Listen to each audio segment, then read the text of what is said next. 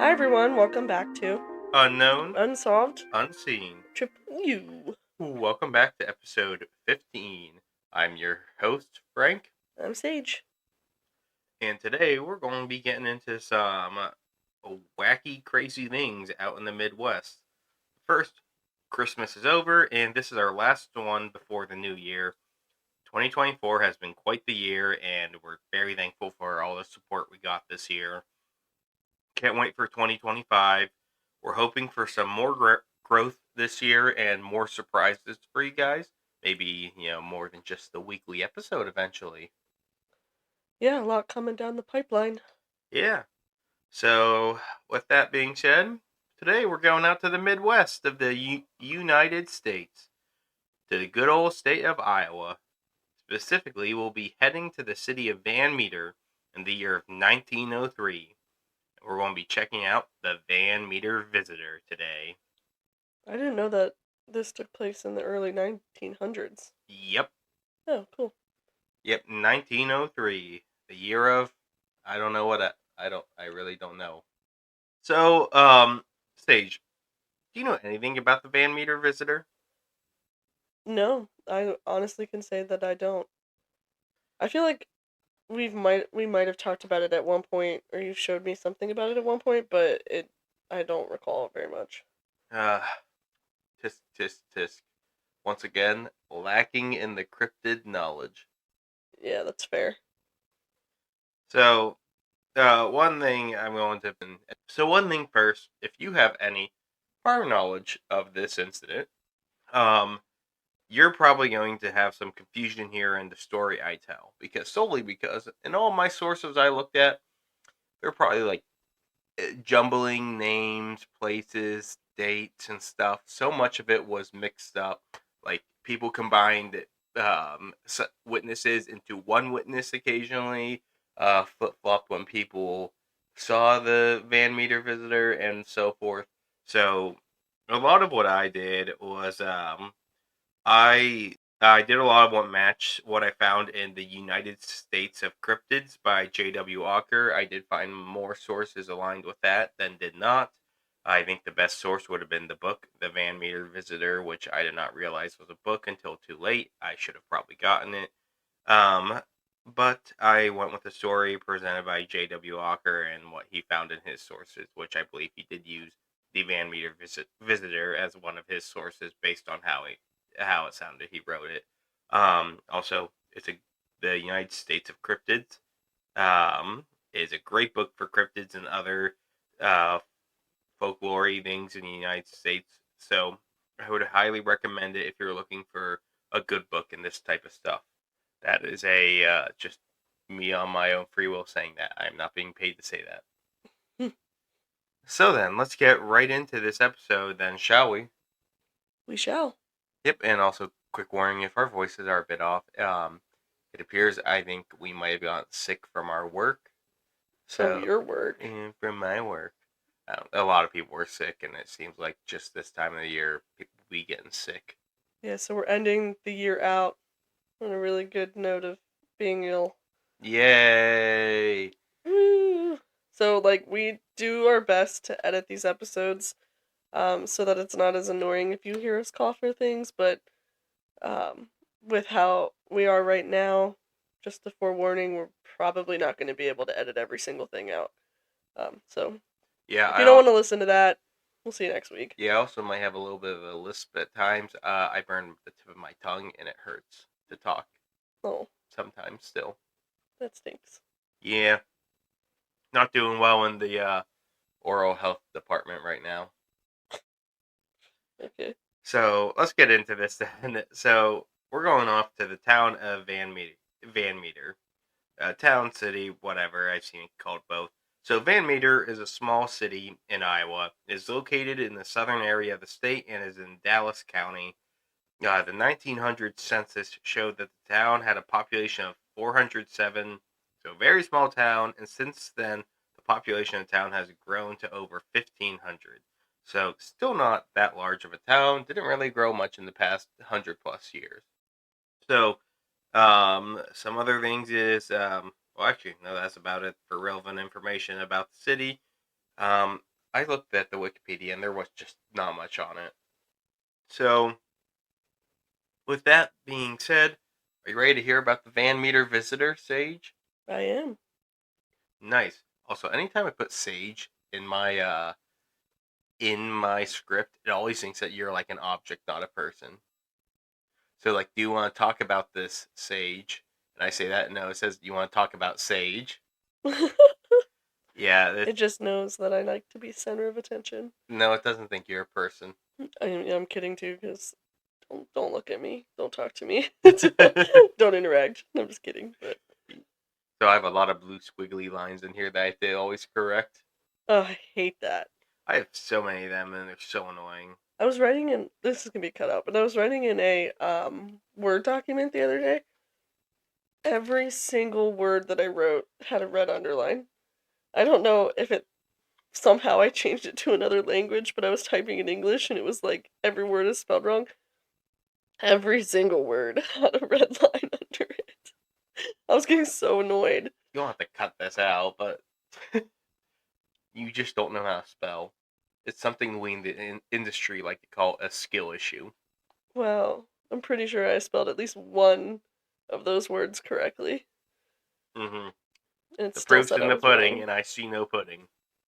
It said I spelled my own name wrong. Believable. Well, last name, yeah. I definitely spelled our last name wrong many a time. But, the proof is in the pudding, and you have not presented me any pudding, so I'm going to say skill issue. Alright. I'll take it. So, let's get back to the Vandermeer visitor. So, on the visitors. So, this all starts on the night of September 29th, 1903, at around 1 a.m. Ulysses G. Griffith, an owner of a local tool and feed store, was heading through town after a day of work. While on his way home, he saw something strange. It was on the top of the Mather and Greg's building. It was a light, but then the light quickly jumped to another building across the street, and then the light went out. He thought it was a spotlight at first until whatever it was jumped across the street. He didn't get a clear view of what it looked like besides the light. So something jumped fully across the street. Yeah, that's really interesting, but can we just go back a second and acknowledge, do all people named Ulysses have to have a middle initial and then a last name?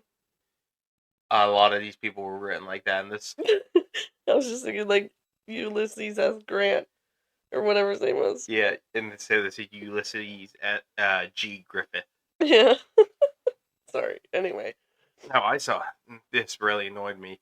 The next person, our site person, was AC Alcott, but some source was like it was Ulysses Alcott and AC Griffith. And I'm like, what the hell? So they, like, switched the Yeah, a last lot of names. places switch names, and it got so confusing doing this. I thought this would be a bit easy. In the end, this was an easier thing to research, but incompetence was what made this difficult. And some of these places you could tell were a bit more incompetent, so I kept them out of my sources and did not use them. Okay. Anyway, so these things are lights? So some light was like a spotlight was shining down and it jumped across the street and then turned out. And it was Huh. on top of buildings. So the day comes and nothing else is seen during the day. All is calm until night falls again. The next sighting comes around 24 hours after the initial sighting by Ulysses Griffith. So this sighting comes from the local doctor A.C. Alcott. Some people said he was the banker also of the town, which comes in later. I mean, that makes sense. Didn't back then a lot of people have more than one profession? But the banker is a different person in this. Okay. He's in a different sighting, but some people put the banker and the doctor as one person. I know this does not add to the story, but this was just my gripe with reading some of these. Like, you are combining two people into one person. Yeah, that is annoying. So A.C. Alcott, he's a doctor. I've also seen him referred to as Fred Alcott in one place, and that was a bit more credible than other things because there is no other Fred here, so who knows? He was downtown and sleeping in a room behind his office, which I guess was kind of normal back then because that's how multiple people saw this thing. Something woke him up. It was a bright light through the window, and it was shining on him. Alarmed and uncertain to what it was, he did what any American would do. He grabbed his gun and went outside. And here is where things get interesting. Okay. Is this what you would have done? Grabbed my gun and went outside? Yeah. No. Commie. I don't even have a gun. What am I gonna grab? Buy one so you can grab one when the van meter visitor comes to us. Oh yeah. That'll be a really worthwhile investment. So he goes outside and he sees a creature. And we get our first clear witness and description of whatever the van meter visitor is. Ready for it? Sure. He saw an 8-foot tall, beaked humanoid with large leathery wings.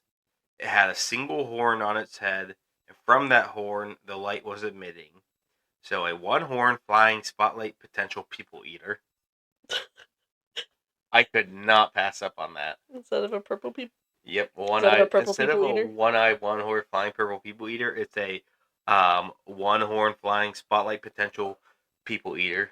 Oh my gosh, that's funny. Not the creature, but the wordplay you did. So, at the sight of this, what do you think Alcott does? Screams.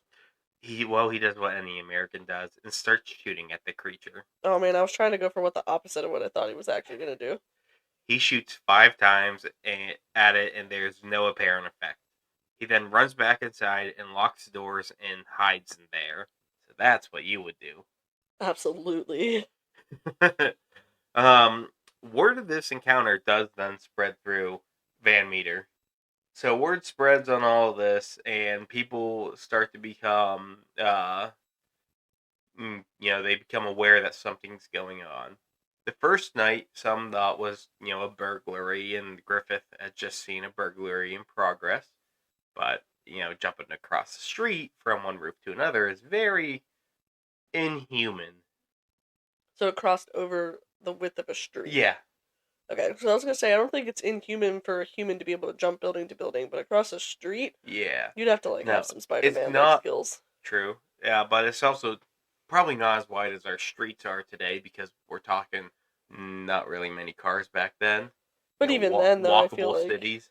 Even then, I feel like it's still. Yeah, still very far. Yeah, like too much of a distance for a human being to be able to easily jump. Yep. So we're going to go on to night 3, the night of October 1st. This time we go to the local bank, and the cashier, Clarence Dunn. So this is how I said some people said the doctor and the banker were the same people. Clarence Dunn is a different person.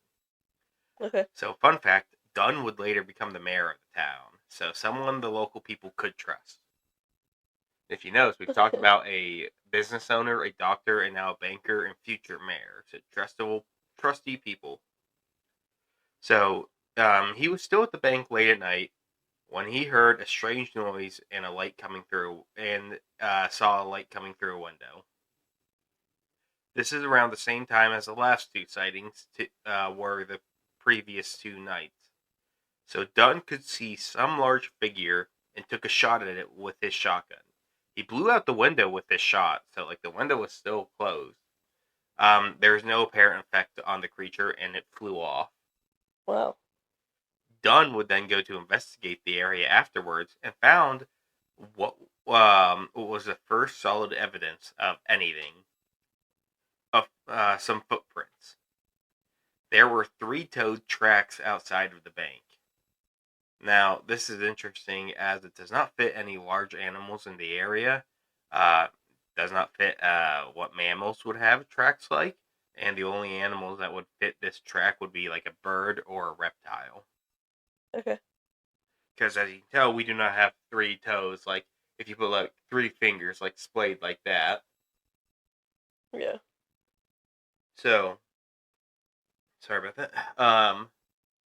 Apparently a plaster cast was made of the track, but I couldn't find much else on it. It appears they are believed to have been lost, So that sucks. Hmm. Our most concrete evidence lost to time. That's a shame. Yeah, it really is. Now we're going to go on to the next encounter, which is on the night of October 2nd. O.V. White was the owner of a furniture and hardware store in Van Meter. He had been sleeping in the room above his store that night, so I guess it's just normal to also live at your stores.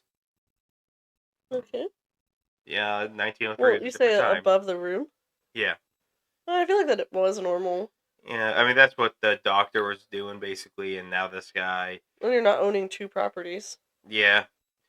So, he had been sleeping in the room above his store, and he was woken up that night when he heard a loud scraping noise outside. And so, he did what the other two guys did the two previous nights. He grabbed his gun, and he made sure he got that before checking out what it was. When he looked outside, he saw quite the perplexing scene. A dark creature was perched on top of a telephone pole across the street. Hmm. I think it was a telephone pole, or it might have been a telegram pole, because I don't know if the telephone was really a thing then.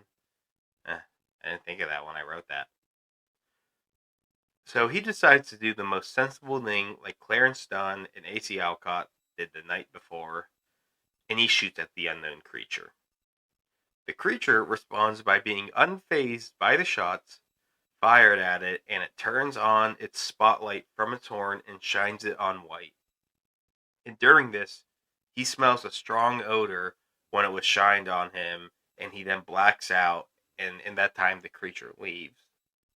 Hmm. So, like, I believe it was like a rotting flesh type smell. Ugh. Oh, this is 2 weeks in a row we've had a rotting flesh smell. Oh, yeah, we had that last week. Yeah, it was like that's what they equated it to Oh, yeah, we throughout the didn't, house. didn't have that on the other episodes. That's, wow. Yeah, you're right. So, the gunfire did not have an effect on the creature, but it did have another effect. It drew the attention of White's neighbor, Sidney Gregg. He watched the creature descend from the light pole and apparently climb down it in an interesting way. So, have you ever seen like a parrot climb up or down a tree while using its beak as well? So, like it bites on and then moves itself. No, but I think I can picture what you're talking Yeah, about. because I think that's how it was described because like parrots can use it as like a pivot to go up and down.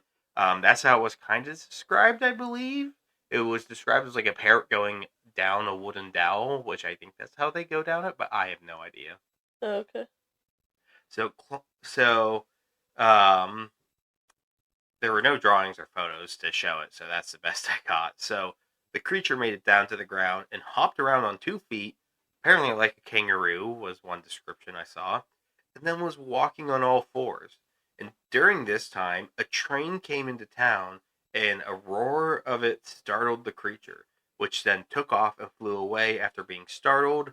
Sidney Gregg claims to have then tried to track down the creature and tried to follow it to see where it flies off to, and he saw it heading towards the old coal mine on the outskirts of the town. Okay. And apparently, during this, a local high school teacher, also saw it, but not really many details to that sighting, just that they also saw it. Hmm. So by this point, the people of Van Meter were well aware that there is something strange happening. Multiple prominent and trusted individuals of the community had seen something.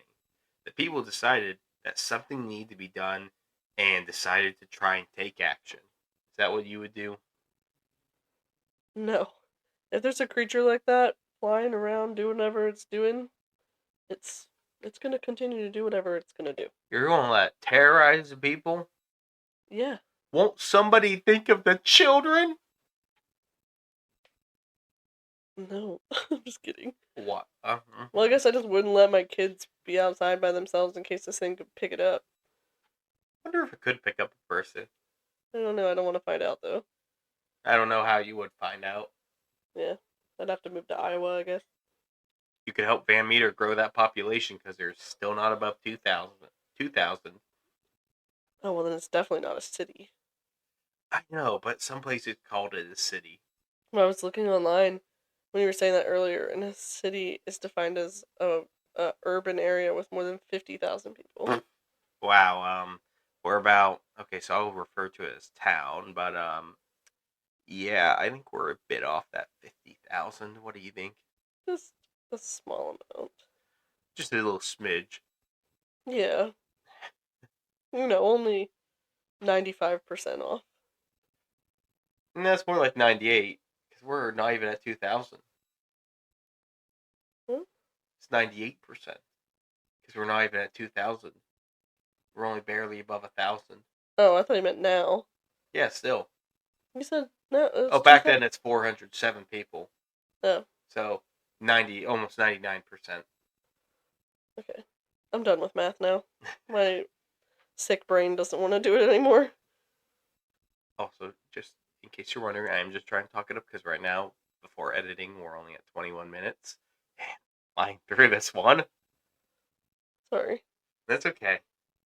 Um, so, at a nearby brick and tile factory on the edge of town, a precarious thing was found. Wow, I love my random words I put in like precarious. Making yourself feel smart. Yep. A strange looking nest was found, and it was believed that this strange nest belonged to this strange looking bird Did thing. did it give a reason why? Nope. So like It what looks if strange. like It was what probably big, and I doubt any birds in the area make anything big like that on the ground because I think it was on the ground. It didn't really specify, but bigger. The biggest birds they have there are like a heron and owls, and probably like hawks. But Oh, okay. people should hopefully know what those look like if they're looking for a strange creature. Yeah.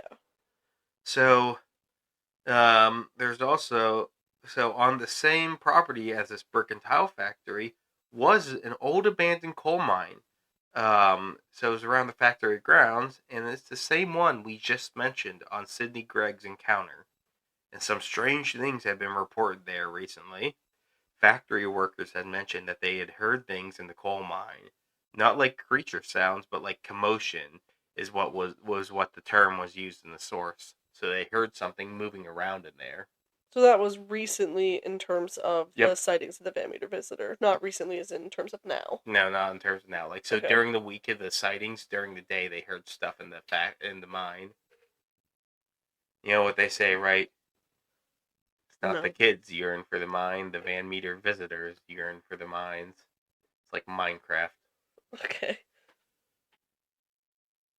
So the local news was even on top of this. It is reported that the Des Moines Daily News, the Des Moines Daily News. Did I say Daily News? You did say Naily.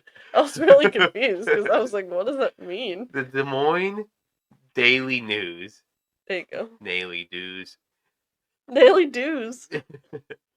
They reported on the noises with the following line: Satan and a regiment of imps were coming forth for a battle. What? Satan and his regiment Yeah, of no, I imps. heard you. Yeah, we're coming forth for a battle. I'm confused where Satan comes into play. And did you say imps? Imps, yeah. Like IMP? I am, yeah, like the little demons. Do you not know what an imp is? They're demons of hell. I think I'm thinking of a gimp, and that's just somebody who's injured. Oh my. Yeah, very different. Very, very different. I think I've heard the term imp before. I just didn't realize that's what it was. Well, imps are like small demons. Oh. Hence, I believe impish is like small. Oh, okay. Okay, that makes sense. That makes a lot more sense now. Thank you. We're now going to go to the morning of October 3rd. With all the strangeness going on, a manager at the factory decided to check it out himself. J.L. Platt went out to the mine entrance and waited there. And as night came, he finally saw something, and it was more than he could bargain for. What do you think he saw?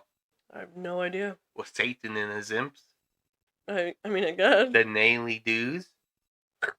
Okay.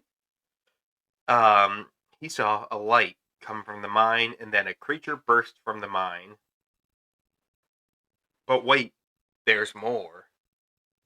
A smaller one followed the first one, so two creatures came out of the mine. It also had a light coming from its horn. They both flew out and into the distance, and Platt lost track of them eventually. So two of them. Yes, a larger one and a smaller one both flew out of the mine. Now, how much smaller? Like, I don't know. I think like one's 8 foot tall. That's probably the bigger one, and I assume something like 6 or 5 foot tall. Okay, so we're talking more like maybe male, female, not necessarily like Adult, adolescent, maybe. kid, like baby. Could be. I mean, there's It's not big baby if it's 6 feet tall. Also scary baby if it's terrorizing the town like this. Yeah, get control of your kids, y'all. I'm just kidding. Set an example. Don't scare the people of the town, and don't imprint that on your child.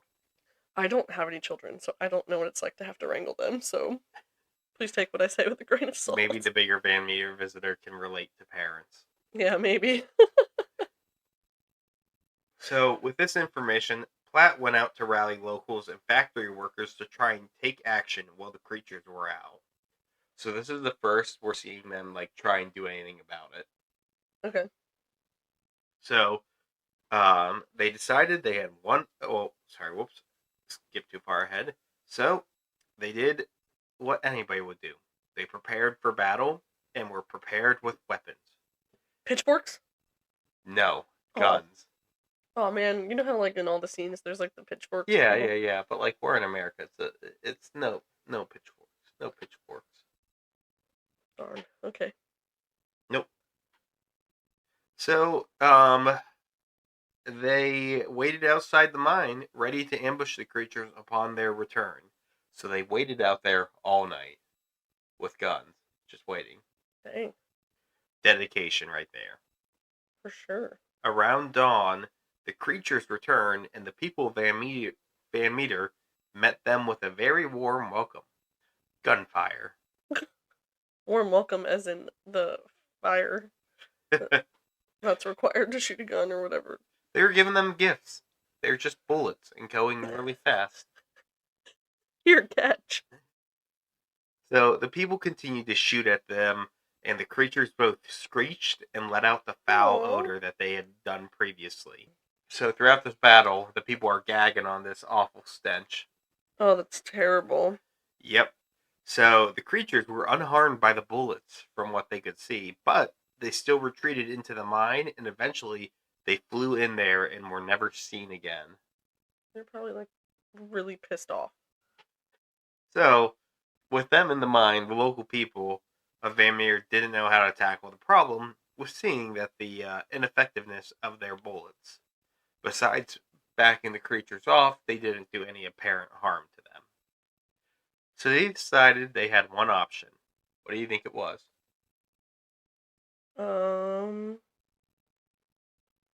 My first thoughts develop something that can kill them, like we do for the werewolf, the silver bullet.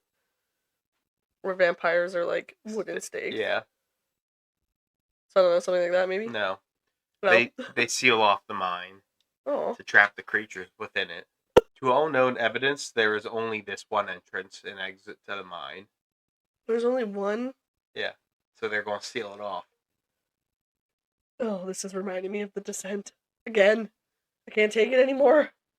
So they seal off the entrance and trap the creatures within it. The local postmaster, H.H. Phillips, so like I said, a lot of initials and stuff. So he was the one to recount much of this to the Des Moines Daily. Oh my god! Oh my! Des Moines Daily News. What the heck? Or we're gonna have starting the Daily News segment every day. Yeah, it's just the news presented by Nail. I was gonna say nasally news, the Daily News. No, you know how in SpongeBob it's the fish. Yeah. Like oh my fish god, news? it's just gonna be a nail. No, it's just nail news. Goodness. But it's wearing a suit that says Des Moines or something on it. The Des Moines Daily News. Oh my gosh. So the Des Moines Daily News This story would be spread and picked up by other newspapers across the country. This fantastic tale. So quite incredible. So that was the end of the creatures. Or was it? Dun dun dun. Dun dun dun.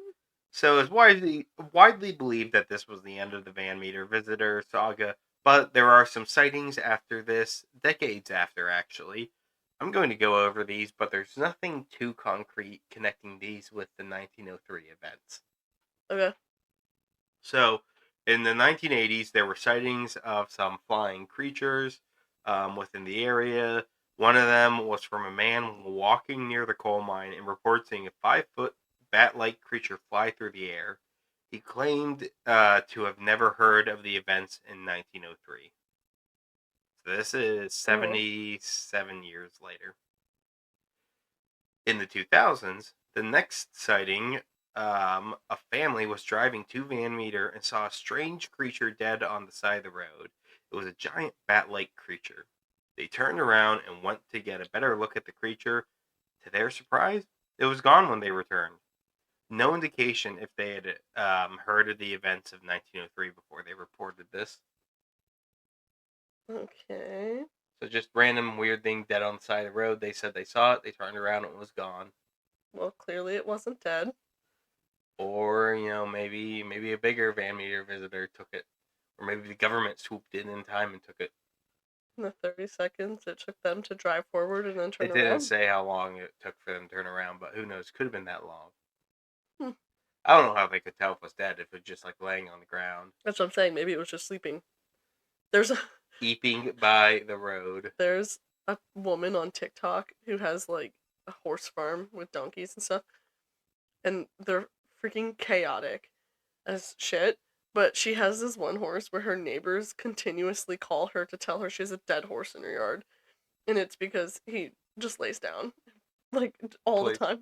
And he I don't know if he's playing dead, but she has like a nickname for I it. think they got the Van Meter visitor on their hand. Yeah, it's just like, oh, your horse is dead again, and she's like, no, he's just sleeping. He's just being annoying. It's very funny. And they have great names. I'll have to find out who it is.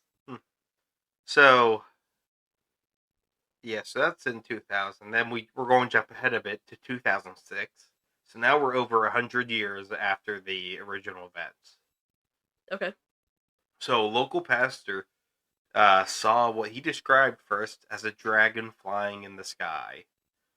But afterwards, he was presented with what happened in 1903 and said what he saw aligned with those creatures. Because he searched up online, like he Googled Iowa dragon, and he found this story, and he said it looked like what was described from that. Oh, okay. And all these sightings doesn't say if it happens during the day or night, because everything in 1903 happened at night. I thought you said it happened over the course of a couple nights. Yeah, well, yeah, it happened over 5 nights, but only at night did people ever see the creatures. Oh, at because night. Okay. when they ambushed them, they were coming back around dawn, so they knew the sun was coming up and retreated back to the coal mine. Right. Okay. So the next 2 sightings, one in 2014, a couple camping saw what they described as a giant bird in one account I saw, and others described it as a leathery winged monster. And then in 2020, in Boone, Iowa, I did not see how far this was, a similar creature was reported flying in the sky with very large wings. It was one, as something pointed out. They also said it was like a giant bird, but some place also said they described it as a giant leathery monster. So it was either a giant bird or a giant leathery monster. Which, if it was a giant bird, then that would possibly be a thunderbird sighting, but that's a whole different cryptid. So, yeah, I think I'm doing an episode on that at some point, right? Yeah. So that concludes the sightings of these creatures. So let's get into the breakdown of what these creatures may or may not be. Look at some of the explanations. So you ready for that? Yep, go for it. So let's get to the fun discussion on what these things are. The first suggestion out there is that this was all a hoax. Okay. So this was over 100 years ago, so determining what truly happened is by no means easy. Some say that this was just a just tall tales that got out of hand, and that none of this happened. That it may have been burglars for the first sightings using old spotlights from the mine. Electricity at this time, we're talking 1903, wasn't as common back then as it is today. Obviously, still a possibility though, because like mines and stuff did have spotlights and electric lights. So, seeing that they're in an old mine, somebody could have gone their hand on an old spotlight and used that. Yeah. So, and to quell these stories, the tale of the battle and closing of the mine was made to end all of this. That story was written by the local postmaster from earlier, and it prompted some responses from locals. So, anonymous letters were sent in then that claimed that the strange lights, noises, and the Dunn shooting his shotgun through the window at the bank, all of that definitely happened. But the large leathery winged creatures with light emitting horns were invented solely by Phillips, and he's the only one who ever claimed it, is what these letters allege. Okay. So, could all this be a hoax? Definitely, but not impossible that something happened. So it's possible that's a hoax, possible that's not, but I feel like it's that way with every sighting of a cryptid, though. yeah. Outside maybe the Yeti, I guess. The Yeti could still be a hoax to an extent. Some things could be hoaxes, like footprints. Yeah. Well, I'm pretty sure the Indian Army, when they did their footprints, they were like 38 inches long, so I think those were hoaxes. Those, yeah. But I just mean as a whole. Yeah. Like sightings as a whole. Yeah. Not many there is a good amount of cryptids out there that are like this, just seen over a few days or one time only. Like Mothman? Yeah, Mothman's only over a little bit of time. Dover Demon was across 3 nights. Wasn't This is Flatwood across Monster? 5. Flatwood Monster was over 1 night. But like, there's plenty of creatures and things. I mean, like Flatwood Monster is more alien territory, and Mothman is alien or cryptid.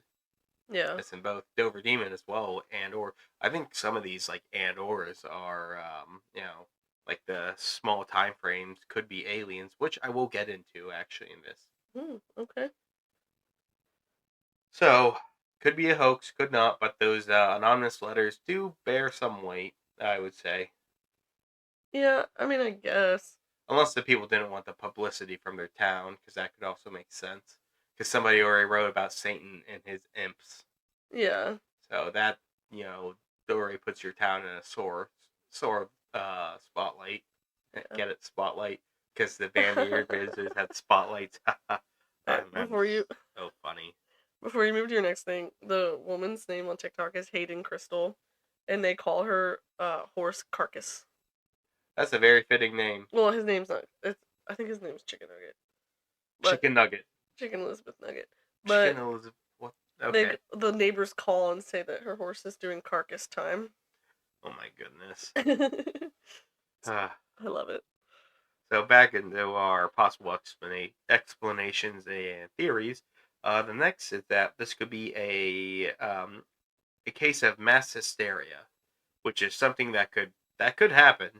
Now, if that cast and the nest could be proven, we would not be able to. We'd be able to disprove mass hysteria right away. Besides this claim, there really isn't much else to bring up on it besides the fact that the mass hysteria part of it is like the very first sighting was burglars and people got all hyped up, started making these, getting all hysterical, and then they thought they saw these monsters and whatnot.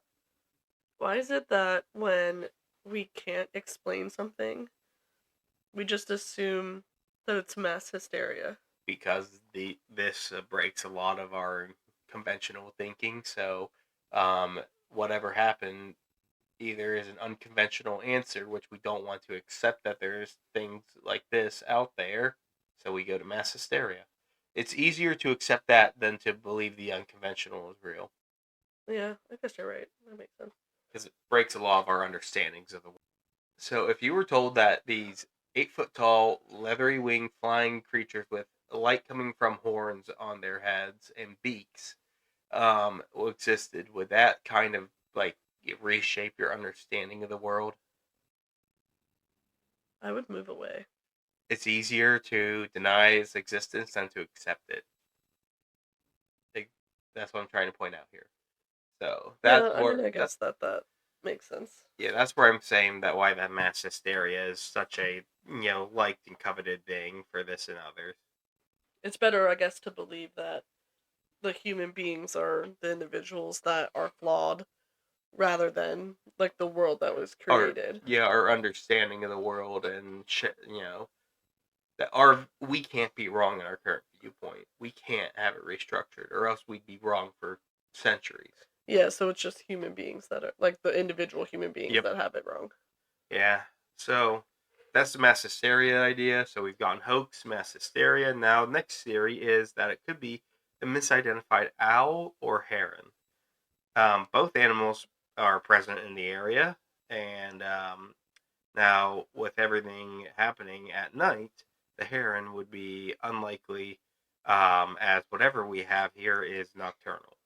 Herons are more active during the day than what they are at night, Okay. but owls are notorious for being nocturnal. This helps with that possibility of it being an owl, but it doesn't go too far, in my opinion. We look at the encounters and reactions by people. I don't think that owls can withstand bullets like that. Probably not. And as for the light, I did some brief research into this through some Google searching, so really not going to cite this much into sources.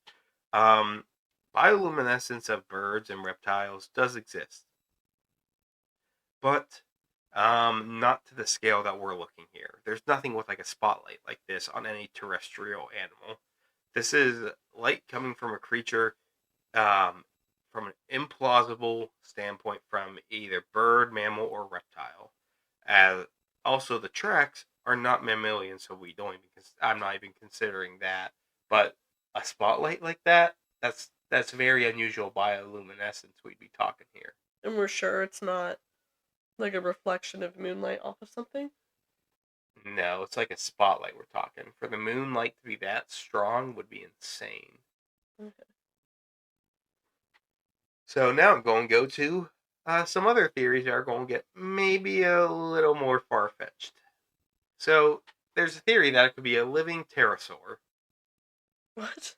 Yeah, a pterosaur, like a pterodactyl. Well, I know what it is. Well, for those who don't know, because people know it's Isn't a pterodactyl. pterodactyl not real? I thought it was a No, pterodactylus. yes, pterodactylus, and I believe its family is pterodactyl, which is part of pterosaur. But there's only one pterodactyl, and it's pterodactylus.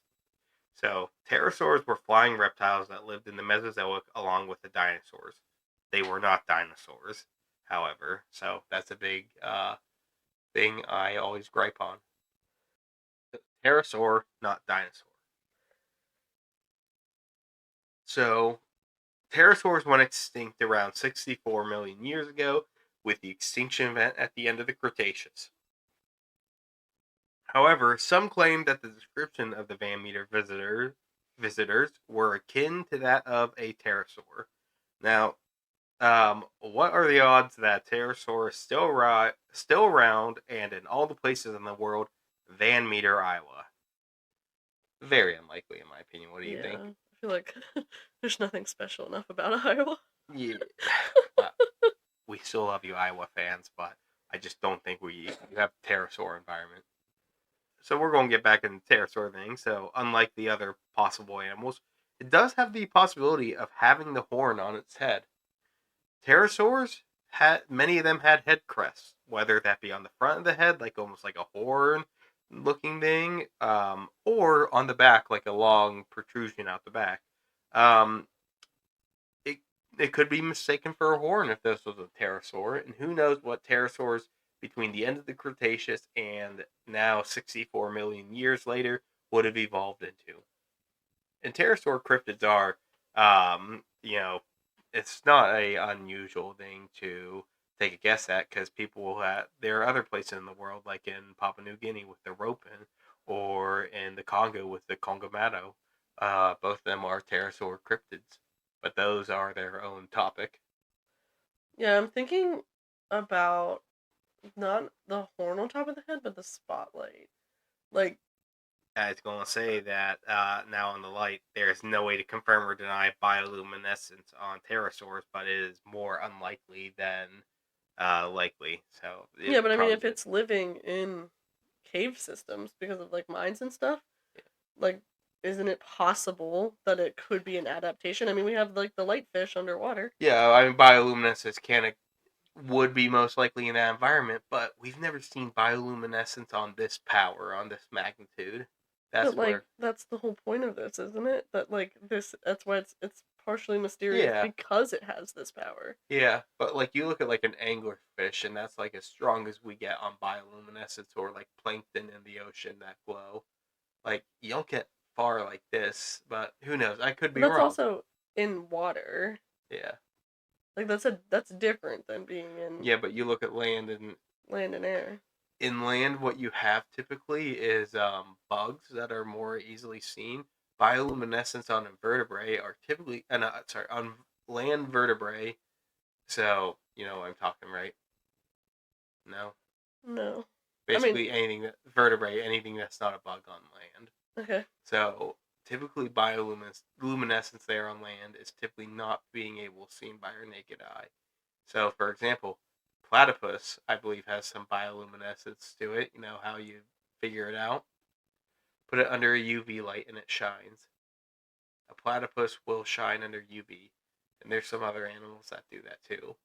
But But like, all of it's under UV. We don't know why but on I all of think them. that's what makes the Van Meter so mysterious. Is like, yeah, we don't have a vertebrate maybe on land that has these things being seen to But the naked eye, but like this one is. yeah. So, but we trapped them in a mine, so it's hard to tell. Yeah, how was it seen later if we trapped him in the mine? I don't know, and who knows if those are actually the other ones of the same thing. Yeah. So that's what I have on the pterosaur one. The next theories go a bit more into the world of the strange. Could it be a living gargoyle? Okay. It does somewhat resemble some descriptions of a gargoyle, but this is a creature we also cannot confirm existed. That's all we really have for the gargoyle. Next, we have the idea that some unknown animal, which we kind of explored, or an unknown flying humanoid. Unknown animals like this seem unlikely, typically because we don't typically see animals this large undiscovered in places like this. But there's also the opinion, there's the opinion or thought that this could be a winged humanoid. What? Yes, a winged like person thing. This is something that in recent years has been more reported in various areas, similar to like the Mothman and stuff. This is a phenomenon that can use its whole own episode. There's a whole like a whole book on this stuff that I almost got this summer when we were at Browse About Books. I did take a picture of it for us to have for future reference. Okay. Um, so let me see where it's at. Next idea could be a demon or a ghost. No real evidence for this one, just putting it out there because I did see one place mention that as a possibility. A demon or a ghost? Hey, if somebody wants to take this route, power to them. I'm not going to take this route, I'll be honest. I mean, ghost? No. Demon? Could be. I I mean, they feel did, like we don't know for certain what demons are. yeah, they did call him Satan and his imps. Yeah, maybe they were right. They were ready for battle. Like, maybe they were right. So, my last theory is more of a classic one. You don't see that much actually in some things. So my last theory is more of a classic one that you see a bit. You don't see it as much in this case, and from what I've looked at, could it be aliens? These creatures seem to defy multiple types of known animals, and especially with being bulletproof, seems like that's something that could be out of this world. Okay. You look at the Hopkinsville goblins. One of their main traits was they were bulletproof. So, what if these were aliens that crashed here or were studying people and eventually left or got trapped?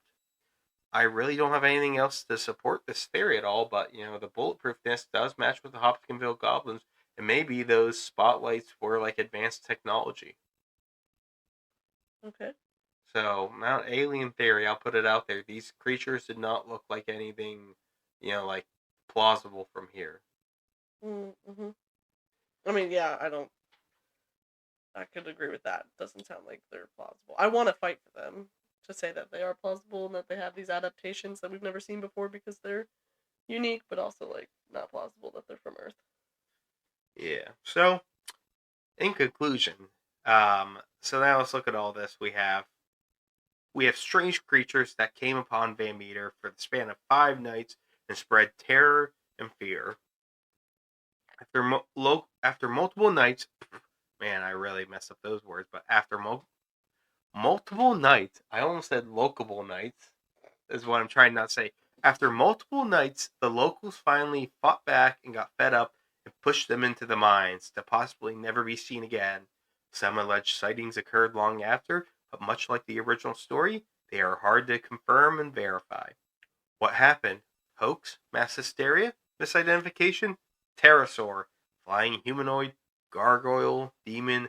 Ghost? Or maybe an alien? What do you think about it, Sage? Also, this is where it told me, it said, what do you think about Sage? Is what my... Sage is awesome. Honestly, I don't even know. I don't even know what I would explain this away as, but I also don't think that any of those fit. I mean, I guess I could go with, like, if I had to choose one, it would probably be a hoax. I do think that it's incredibly improbable that a creature would have a light like that on the top of its head. So I'm going to assume it was something else. Like I'd have to assume that it's something else. So, like, what type of something else? I don't even know. 1903? Yeah. I mean, we had, like, cars and headlights, right? Like in the old Fords? Yeah, but not very common. Very rare still. Okay. I don't know, a lamp? Because people did bring up the coal mine, and there could be spotlights, like, left over. Yeah, like, I mean, something along those lines. So do you think this is, like, a hoax? A train lamp? Like... Do you think this is a hoax? Yeah. I mean, I just don't understand. I mean, I guess I could understand a creature of that size living in the mines and stuff, but I just feel like there'd be more than just those two, like across mines in the world. Yeah. So are those your final thoughts on it? Yeah, I think that's what I got. So, I'm just gonna say, well, first off, interesting thoughts. I personally don't know what to think of it. I hate that I keep saying that on some of these, that I don't really know what to think of it. Like, some things. Like, I hate when I keep on saying I don't know what to think of things. Yeah. It's hard, though. Yeah, like Dolce, I don't have much thought into it. Beaumont Children, I really couldn't definitively say who it was. And some of these, I'm just, like, in the air. And this one, I'm also in the air.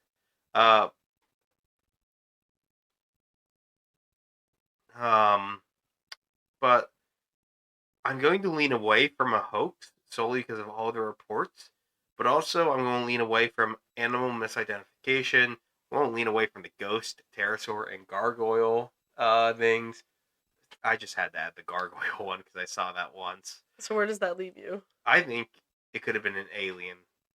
Okay. I'm thinking maybe the alien. And we trapped it in the mines to never come out again. Hey, stay off our planet. Oh. Or they're from, you know what if they're from Middle Earth? The Hollow Earth. The Hollow Earth, and then they traveled out from the mine. Hey. Calm down. Okay, episode 17 is the Hollow Earth. Is that the next one? Yes, that's my next topic. Okay, I'll bring that up next time. We're getting ahead of ourselves here, Sage. That's so funny. Yeah, well, if you check the spreadsheet, you can see. Well, that requires work. Okay. I'll just listen to you tell me what my next episode is. So, yeah, I'm gonna lean into the alien. I think something happened. But yeah, that's gonna lead us into the pop culture aspect of this. So now to the pop culture, the Van Meter visitors. This is more than what there was for Dolce. So first, these funky guys actually didn't get their names until a book of the same name was published in 2013. And that's how the story kind of got bigger again. Like, nobody really talked about for 110 years, and in 2013 the book came out. So it was still relatively unknown for a while. So what did they refer to them as before then? I don't know. Just those creatures from 1903? Satan and his imps. Okay. Interesting. So this led actually to a festival happening that year that continues to run up to now still. So Oh. every September, the Van Meter Visitor Festival. On September, I was think it September 28th? 29th or whatever that weekend is typically. They will hold the Van Meter Visitor Festival in Van Meter. Okay. So, kind of probably nice for the town's economy, like the Albert Witch Day or Mothman Festival. Yeah. Every cryptid needs its own day. There's a Frogman Festival, Flatwoods Monster one, Family or Visitor, Albert Witch Day, various Bigfoot days, like the Hodag Festival, Champ Day. Yep. The more, the merrier. So, there have been this tale has been told in multiple books as well, like the Van Meter Visitor book and United States of Cryptids. There has also obviously been various podcasts on this, such as today's episode. And lastly, there are documentaries being made about the events, and those are still in production to my knowledge. COVID did delay them.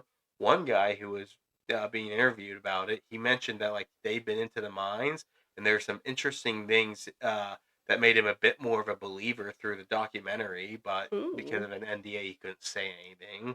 I Aww. believe the documentary is called 1903. I'll have to see if it is like actually a thing, but I don't believe it's out yet. I didn't see it in my research. I did see it mentioned though. Okay. So I think that's about it for what I have for today. I think we're going to be wrapping it up here. It looks like we're probably hitting a little under an hour today after we just did an hour 41 episode and like an hour 5 and whatever Dolce was, and then an hour 20 episode. So it looks 25. so it looks like we're keeping it a little under an hour, I think, this time after editing, because I'm doing my first editing here. So if this isn't good, blame Sage. She's our normal editor. She wants me to know how to do it so we can juggle responsibilities. Oh, wow. Okay. Throw me under the bus. I'm not seeing it online. 1903, the documentary. What are you looking for? I'm saying the documentary, I couldn't find it. Okay. So I'll may do some research after. In fact, find anything, I might link it somewhere. So that should be it for today. If you're interested in where I got my sources, please check the show notes. And I think that's about it. So, remember to look for our social medias, our Instagram and Twitter/X. Go follow us, go leave us likes, rate and review the podcast, follow us on whatever you do, because we're on wherever you find podcasts. Greatly appreciate every time you guys check us out. And I think that settles it. So, All Sage, right. are you ready to be signing off here? I'm all good to go. All right. So, and remember, To look for the unknown the unsolved. and the unseen. All right, guys. Happy New See you Year. guys. Happy New Year.